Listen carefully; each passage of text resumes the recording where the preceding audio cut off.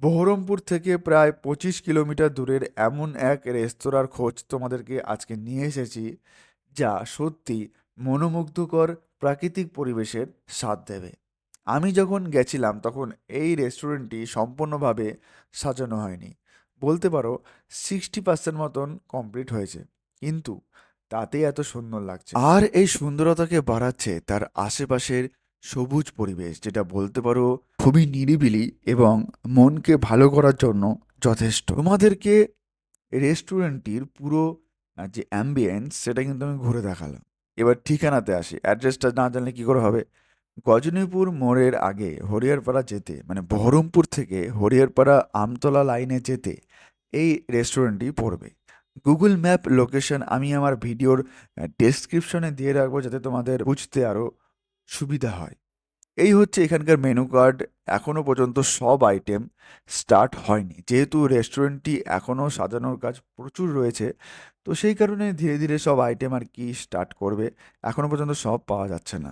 আমি ফার্স্টে নিয়েছিলাম হচ্ছে দুটো মোহিতো, একটি অরেঞ্জ ছিল আর একটি ছিল গ্রিন ম্যাঙ্গো। এটার টেস্ট দুর্দান্ত ছিল বলা যেতেই পারে। মোহিতো টেস্ট করতে করতে অর্ডার করলাম হচ্ছে 1 প্লেট চিকেন চাউমিন। চিকেন চাউমিনটা ঠিকঠাক ছিল, চিকেনের পরিমাণ আর মশলার টেস্ট যেহেতু ব্যালেন্সড ছিল আর কি, সেই কারণে খেতে সুন্দর লাগছিল। রেটিংসের কথায় যদি আসা যায় তাহলে এটিকে 10-এর মধ্যে 6.5 দেওয়া যেতেই পারে। যেহেতু সন্ধে হয়ে গেছিল আর এই রেস্টুরেন্টটিতে একটু কম লাইট দেওয়া হয়েছিল বসার জায়গাগুলিতে, তো সেই কারণে আমাকে ফ্ল্যাশ জ্বালিয়ে রিভিউ করতে হয়। তাই তোমরা একটু ম্যানেজ করে নাও, কোথাও কোথাও হয়তো একটু অন্ধকার আসতে পারে। এরপর নিয়েছিলাম হচ্ছে এনএক্সার রেড চিলি রেস্টুরেন্টের স্পেশাল পিৎজা। পিৎজার ডেকোরেশনটি খুব সুন্দর ছিল, ঘরোয়া পদ্ধতিতে বানানো হয়েছিল আমার মনে হচ্ছিল। পিৎজার থিকনেসটা একটু কম ছিল, তবে টেস্ট বেশ সুন্দর ছিল। আর ইনগ্রিডিয়েন্টসের কথা যদি আসি তাহলে সেটা ভরপুর করে দেওয়া হয়েছিল।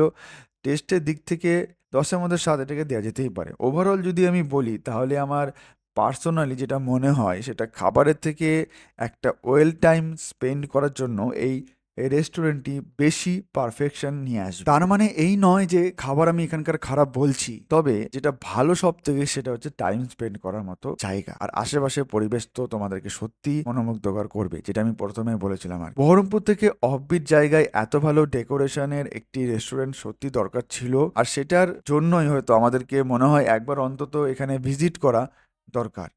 তোমরা সবাই একবার এখানে আসতে পারো। এখানে খারাপ ভালো যাই এক্সপিরিয়েন্স হোক তোমাদের সাথে আমার সাথে শেয়ার করো কমেন্ট বক্সে। আর যারা গিয়েছিলে তারাও শেয়ার করো, অনেস্টলি ভাবে বলবে তোমাদের কিরকম লেগেছে। সো গাইজ, আজকের জন্য ভিডিওটা এতটাই। ঝটপট দেখা হচ্ছে নেক্সট ভিডিওতে নতুন কিছু নিয়ে, ততক্ষণের জন্য ধন্যবাদ।